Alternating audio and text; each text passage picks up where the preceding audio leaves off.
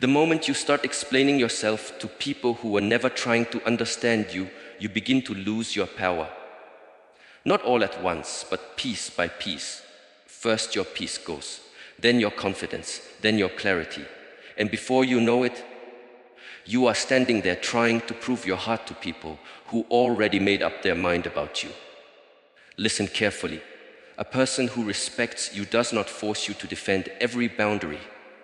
A person who values you does not need a long speech to accept your silence, your growth, or your no. Most people are not exhausted because life is hard. They are exhausted because they keep holding trials for themselves in front of people who were never chosen to be their judge. And tonight, we are going to talk about why the strongest person in the room is often the one who says less, explains less, and walks away without needing to be understood by everyone.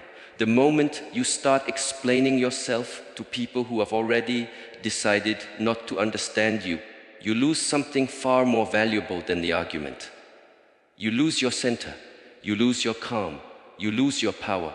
And most people do this every single day without realizing it. They explain why they made a choice. They explain why they said no. They explain why they walked away. They explain why they changed. They explain why they are protecting their peace now. They explain and explain and explain, hoping that one more sentence will finally make the other person see clearly. But look carefully. If someone truly wanted to understand you, they would not need your 10th explanation. If someone respected you, they would not demand that you defend every boundary you set. And if someone only values you when you make their life more comfortable, then no explanation will ever be enough, because the problem was never your communication. The problem was their entitlement to your energy. There is a dangerous habit many people carry for years. They believe goodness must always be explained. They believe kindness must always be justified. They believe saying no requires a courtroom. They believe choosing themselves is selfish unless they can present evidence. So they become exhausted not from life itself, but from this endless trial they hold inside their own mind. They wake up and defend themselves. They go through the day and defend themselves. They lie awake at night, replaying conversations, rewriting sentences, imagining better responses, trying to prove that they are not cold, not arrogant, not wrong, not cruel, not difficult. But why are you living as if your soul is always on trial? Why are you behaving as if your peace must be approved by a crowd before it becomes valid? A person who knows who they are does not feel the need to translate their every move to people who are committed to misunderstanding them. This does not mean becoming rude. This does not mean becoming proud. This does not mean becoming careless with others. It means you finally understand a simple truth. Not everyone deserves access to your inner world. Not everyone has earned a full explanation of your motives, your pain, your growth, your silence, your timing, your decisions. Some people ask for explanations not because they care, but because they want control. They want your words so they can twist them. They want your reasons so they can negotiate your boundaries. They want your honesty so they can use it against you later. And many people do not realize this until they have given too much of themselves away. Watch what happens when you stop over-explaining. The people who respected you will still respect you. The people who loved you will still love you. The people who were sincere will ask with gentleness, not with pressure. But the people who depended on your guilt will become uncomfortable. They will call you changed. They will call you distant. They will call you selfish. They will say you are hard to reach now. And sometimes that is how you know you are healing. Because the version of you they preferred was easier to control. The version of you they miss is often the version of you that abandoned yourself to keep everyone else comfortable. Many people think explaining themselves is a sign of maturity. Sometimes it is. Sometimes a clear conversation is necessary. Sometimes love requires clarity. Sometimes work requires context. Sometimes relationships require honesty. But there is a difference between communicating and performing. There is a difference between sharing and pleading. There is a difference between healthy explanation and desperate self-defense. One comes from self-respect. The other comes from fear. One says, "This is where I stand." The other says, "Please do not be upset with me for standing here." One is clear. The other is begging for permission to exist. And that is the deeper issue. Over-explaining is often not a communication problem. It is a self-worth problem. It is the fear that if people misunderstand you, you will lose your value. It is the fear that if someone sees you as the villain, your identity will collapse. It is the fear that if you are not constantly softening your truth, you will be abandoned. So you explain not because the other person needs it, but because your nervous system is desperate for safety. You are trying to prevent rejection. You are trying to control how you are perceived. You are trying to keep peace at any cost. But peace purchased by self-betrayal is not peace. It is inner war with a polite face.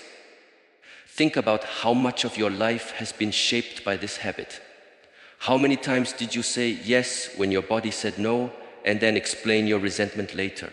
How many times did you stay in conversations that drained you because you felt it would be rude to leave without a detailed reason?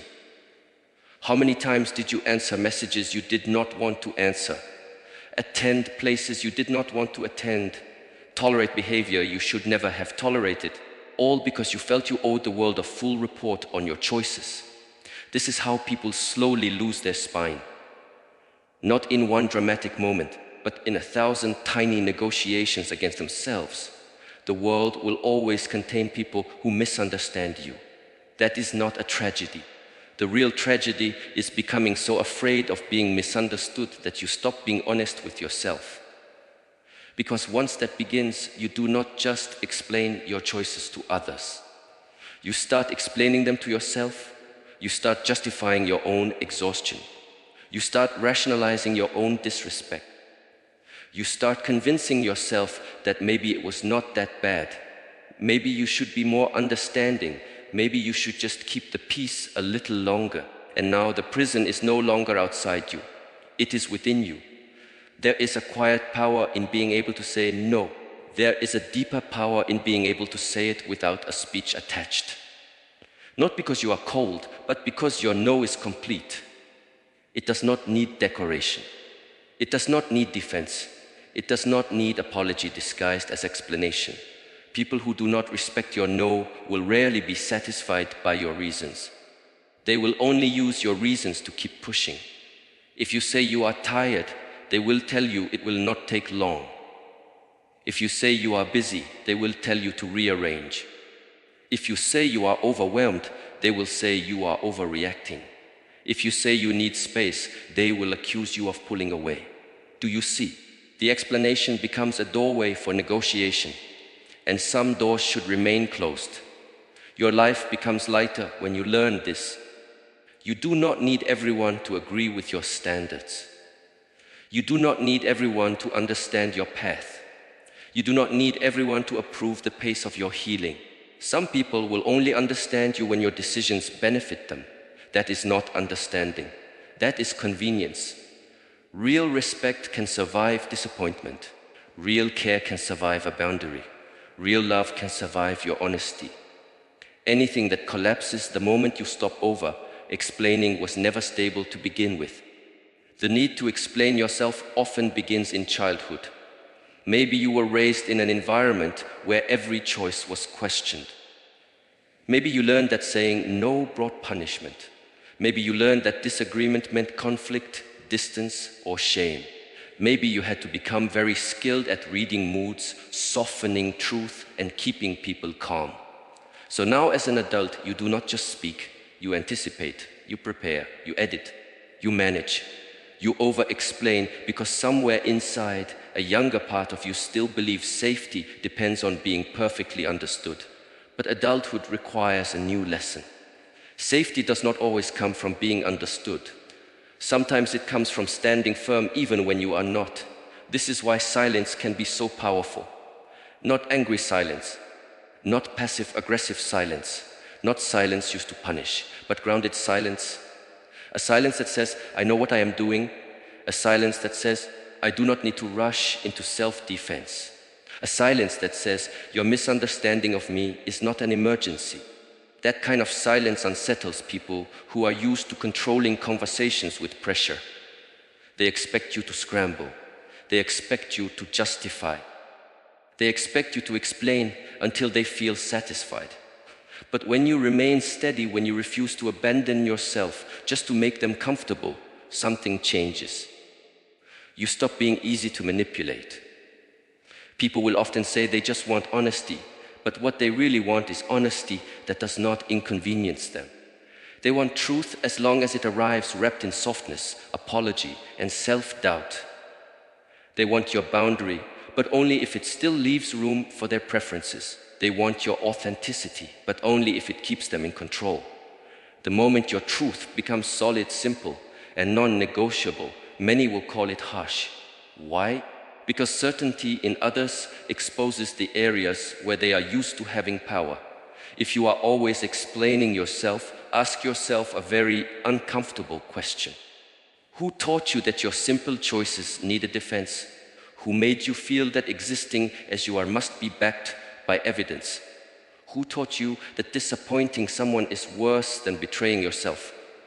These are not small questions. They reveal the chains most people are still dragging through adulthood. And the painful thing is this. Many people do not know they are chained because the chains are praised. They are called nice. They are called humble. They are called considerate. But being easy to misuse is not kindness. Being unable to hold a boundary is not humility. Constant self-abandonment is not compassion. There are times when explaining yourself becomes a trap because it creates the illusion that resolution is possible with the wrong people. You think, maybe if I say it more clearly, maybe if I use better words, maybe if I am more patient, maybe if I reveal my intentions, maybe if I tell them how much this hurts me. But some people understand perfectly. They simply do not care. That is why you can repeat the same truth 10 times and still feel unseen. You are not failing to communicate. You are trying to plant seeds in concrete. This is especially true when you begin to change. The moment you start protecting your time, choosing solitude, refusing drama, rejecting disrespect, and letting go of the need to be liked by everyone, some people will become uncomfortable. They were used to the old access. They were used to your over-availability. They were used to your guilt. They were used to your endless explanations because your explanations kept the door open. The moment you stop, they panic. Not because you became cruel, but because they can no longer enter you through confusion. A strong mind does not waste itself trying to be understood by everyone. That is impossible. The more visible you become, the more opinions will find you. The more you grow, the more some people will project onto you. The more honest you become, the more those living in performance will resent your clarity. If you keep chasing universal approval, you will dilute your truth until it is too weak to guide you. Then one day you will look around and realize everyone has a version of you in their head, and none of those versions are really you. This is why inner clarity matters more than outer agreement. When you know your values, your decisions become quieter. When you know your principles, you stop arguing with every passing opinion. When you trust your own discernment, you stop treating every accusation like a spiritual emergency. You begin to ask, is this feedback useful or is it projection? Is this conversation sincere or is it control? Is this explanation needed? Or am I just trying to soothe someone else's discomfort at the expense of my own truth? And understand this carefully. Refusing to explain yourself to everyone does not mean becoming closed-hearted. It means becoming discerning. It means you stop pouring sacred things into careless hands. Your inner life is sacred. Your reasons are sacred. Your healing is sacred. Your boundaries are sacred. You do not owe the whole world a guided tour of your soul. Some things are not meant to be debated in public. Some decisions are made in private alignment, not in committee. Some seasons of your life require protection, not explanation. There is also another reason not to explain yourself too much. The more you speak from insecurity, the less people hear your actual message. They hear your fear. When your words are overloaded with anxiety, your energy tells the real story, and energy speaks before language does. You can give a beautiful explanation. But if it comes from fear, people feel the wobble. They feel that your boundary is weak. They feel that your decision can still be pushed. That is why a simple sentence spoken from conviction often carries more force than a long paragraph spoken from guilt. A person rooted in self-respect might say very little. They might simply say, "That does not work for me. I will not be continuing this. I need space. I am unavailable. I have decided otherwise. I wish you well." These are not dramatic statements. They are not aggressive. They are not cruel. But they are complete. Completion scares people who rely on confusion. Simplicity scares people who feed on excess. Clarity scares people who are used to moving through your life with no resistance. You must learn to distinguish between people who seek understanding and people who seek leverage. The first group listens. The second group interrogates. The first group respects your answer, even if they are disappointed. The second group keeps pulling at your words, looking for weakness. The first group may ask questions to connect. The second group asks questions to regain control. Once you see this difference, you stop giving the same level of access to everyone. You stop handing your private reasoning to people who have done nothing to deserve it. And yes, sometimes people will misjudge you. They will create stories about why you changed, why you left, why you stopped tolerating what you once tolerated, why your energy feels different now. Let them. Not every lie needs your correction. Not every misunderstanding needs your intervention. Not every false story needs your voice. Some battles only exhaust you because you mistake visibility for responsibility. You think if someone says something untrue, you must rush to fix it. But often your peace is better protected by non-participation. There is wisdom in letting some noise starve from lack of your attention. You must also remember that explanation can become an addiction. It creates a temporary feeling of relief. You say your piece, and for a moment it feels like you took control back. But if the other person was never sincere, the relief fades and the cycle begins again. More messages, more defending, more clarifying, more emotional labor, more regret, more exhaustion. The only real cure is not a better explanation. It is a stronger boundary. Most people do not need better vocabulary. They need a deeper tolerance for being misunderstood. They need the emotional strength to let others have incomplete opinions. They need the discipline to remain steady when someone is disappointed. They need the self-respect to choose silence when speaking would only hand more power to the wrong person. This is not easy.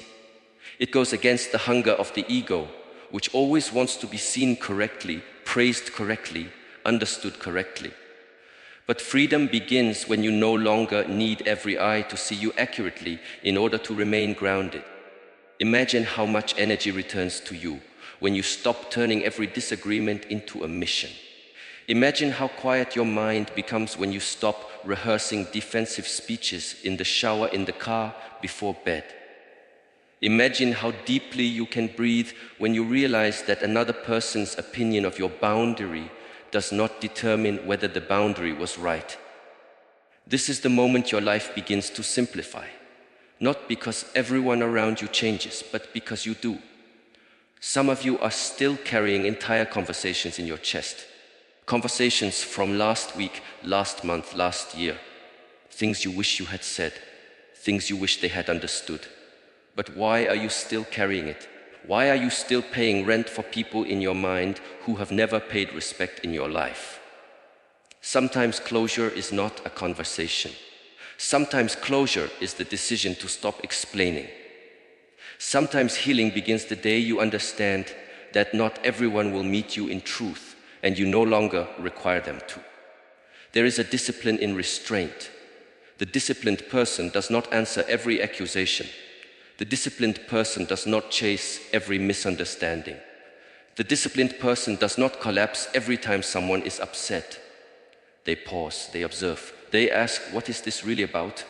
Is this person confused, or are they offended that I am no longer available for their version of me? Is this a real conversation, or is this an attempt to pull me back into an old role I have outgrown? When you have spent years being overly accommodating, your first boundaries may feel unnatural. They may even feel mean. This is common. A person who has been trained to abandon themselves will often confuse self-respect with selfishness. They will feel guilty for disappointing others. They will feel anxious for being brief. They will feel cold for not over-explaining. But feelings are not always truth. A boundary can feel uncomfortable and still be right. Silence can feel unfamiliar and still be wise. You are not wrong simply because someone else is unhappy that you became harder to manipulate. Notice also how much over-explaining is tied to image. You want to be seen as good, fair, loving, thoughtful. There is nothing wrong with these qualities. But when your image becomes more important than your integrity, you start making decisions for optics instead of truth. You say yes, so you look generous. You stay silent, so you look calm. You explain endlessly, so you look reasonable. Meanwhile, inside you are tired, resentful, and disconnected from yourself. That is not goodness. That is performance with a smile. True maturity is not proving yourself to everyone. True maturity is knowing when proof is unnecessary. It is knowing when a conversation is fruitful and when it is draining. It is knowing when to speak with honesty and when to let silence carry the message. It is knowing that your life cannot be lived properly if every decision is filtered through the fear of how someone else will interpret it. There is a beautiful freedom in becoming less available for unnecessary explanation. You stop living like a defendant.